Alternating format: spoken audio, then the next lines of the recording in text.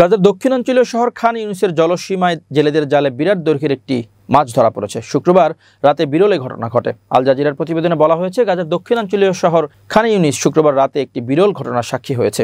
এদিন গাজার জেলেরা সাগর থেকে একটি বিরাট আকারের মাছ ধরতে সক্ষম হয়েছে। মাছটির দৈর্ঘ্য 10 মিটার এবং ওজনে প্রায় 2 টন।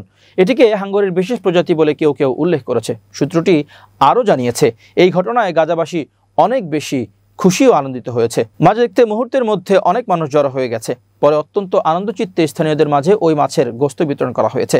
গণমাধ্যমটি আরও জানিয়েছে, মাছটি তীরে আনার পর খান ইউনিসের শত শত পরিবার মাছের পাশে জড়ো হয়েছে। তারা বিশ্বাস করছেন যে এটি আল্লাহ তাআলার পক্ষ থেকে পাঠানো রিজিক। অব্যাহত অবরোধ ও ক্ষুধার মাঝে সামান্য ইহদা ঘটনা সামাজিক যোগাযোগ মাধ্যমে ব্যাপকভাবে প্রচারিত হয়েছে। কোনো অ্যাক্টিভিস্ট এর কিছু ভিডিও ক্লিপ শেয়ার করেছেন, যেখানে দেখা যাচ্ছে গাজাবাসী ও শিকারীরা বিতরণের জন্য মাছটির গোস্ত কাটছে। কেউ কেউ লিখছেন, এটি অত্যন্ত বিরল ঘটনা, যাকে খাওয়া তো যাবে, মানুষ এখন গোস্ত খেতে ব্যাকুল। এক অ্যাক্টিভিস্ট কোরআনের একটি আয়াতকে ক্যাপশন হিসেবে উল্লেখ করেছেন। তিনি লিখেছেন, এটি আল্লাহ তাআলার পক্ষ থেকে রিজিক, এর কোনো শেষ নেই।